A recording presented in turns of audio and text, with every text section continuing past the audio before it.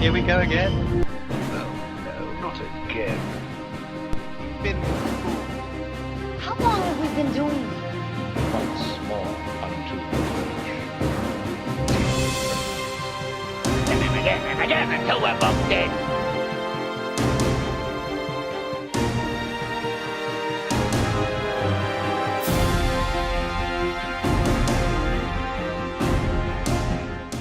Hello and welcome to You've Seen It Before, movie reviews with connections in mind. American Made is directed by Doug Liman and stars Tom Cruise, Sarah Wright, and Domo Gleason.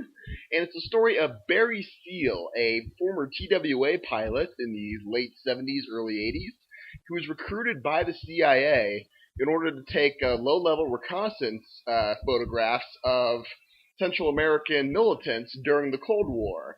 But things turn out to be a little more complicated because Barry Seal is also recruited to smuggle drugs into the United States by Pablo Escobar and the Medellin cartel. And of course, things go on to craziness from there. Now, this video review will contain certain spoilers of American Made, as well as certain other films. There will be a full list in the description below. And if you have not seen American Made yet, or any of the films listed below, and want to wait until you have, stop the video at this point and come back later. But with these things in mind, though, let's begin. So, American Made is essentially the story of Barry Seal. It's told in a very documentary style by director Doug Liman, and it follows his exploits through the late 70s into the early 80s, through the administrations of both President Jimmy Carter and Ronald Reagan. And it shows not only how Barry is recruited by the CIA and how he is eventually recruited by the Pablo Escobar and the drug cartels, but also how he ends up getting roped into sending weapons down to Nicaragua to arm the Contras. If that name sounds familiar, of course, it's how he gets wrapped up into the Iran-Contra scandal, which happened because those weapons ended up not going to the Contras, but to Pablo Escobar's drug cartel in Colombia. And things get crazy from there. He gets super rich playing all these sides. And of course, when you're playing both sides between government and drug cartel, there's only one way that can really end. And after a glorious high, he's going to end up with some trouble as well. Now, since there are certain things about this film that are familiar to what has come before, so let's start with the obvious ones and go from there. First, this movie is not the first movie to have be based on a true story, and of course, it's sort of hard when doing a based on true story movie to say what's gone before. But there are certain similarities in tone of this film, mainly the fact that he is basically a regular Joe who was recruited into a life of illicit activity, and he gets great profit because of it. And this is very reminiscent of another film based on a true story, mainly War Dogs, that also featured a pair of regular Joes who get roped into the arms smuggling business. And they end up getting huge riches, but of course, after a while, they end up getting taken down by the government for their illegal practices.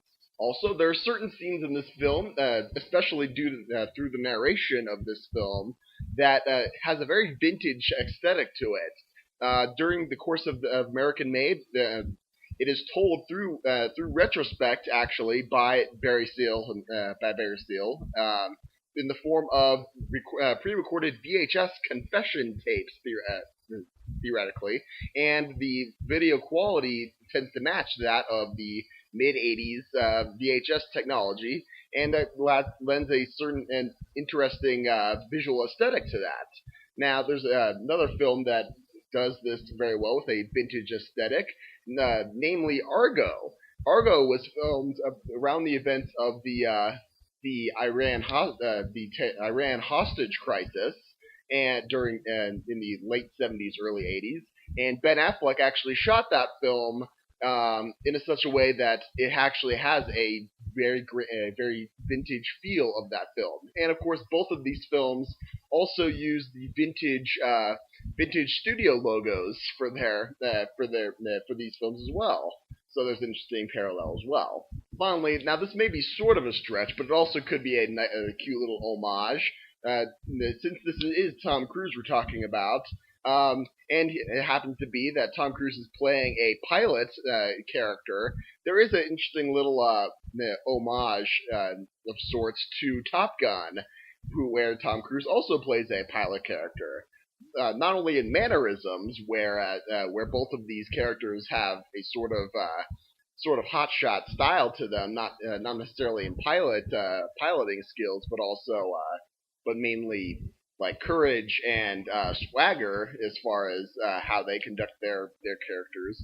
But also near the beginning of this film, there's a shot of Barry Seal going into a hotel bar, and the way the scene is shot and the lighting of it is just very reminiscent of a similar scene in Top Gun where Maverick is shown to be in a bar as well, and the similarities in lighting as far as that goes just kind of is it may not have been intentional, but I like to see it as a cute little homage to Top Gun there.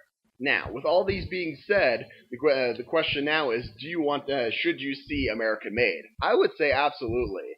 With many based on true story films, it's kind of hard to tell at times when what actually is based on facts or as strictly to the letter, or whether they compress certain events and or condense certain people and events into shorter time frames, or exaggerated certain events to create like a movie moment. With this film, it is sort of hard to tell, and if you don't know anything about this time in history, I would say that almost plays into your strengths, because this was such a crazy time in history that you really don't know what is true and what isn't, and that's sort of kind of the point that Doug Liman is going for here, where sometimes the truth is stranger in fiction, and it's kind of up to the audience to decide what is true and what is fiction at that point. And I would say that makes it very interesting, but it's also very fun. It's a very fairly fast-paced film. It does drag in certain places, especially when the narration has to basically pause the film and explain the significance of people or events. And while it is kind of fun at times, it does it a few more times than I feel like should have been necessary, and does kind of drag, especially near the end when it has to do that. But on the whole, I would say this is definitely a fun film. It's not going to win any awards or anything, but I'd say that this is definitely a film that you should go see on a lazy weekend and just have a good time. So there you have it. There's my review of American Made. I appreciate whatever audience I can get. Be sure to check out my next review for Blade Runner 2049, coming out October 6th. And just remember, there's nothing new under the sun, and yes, you have seen it before.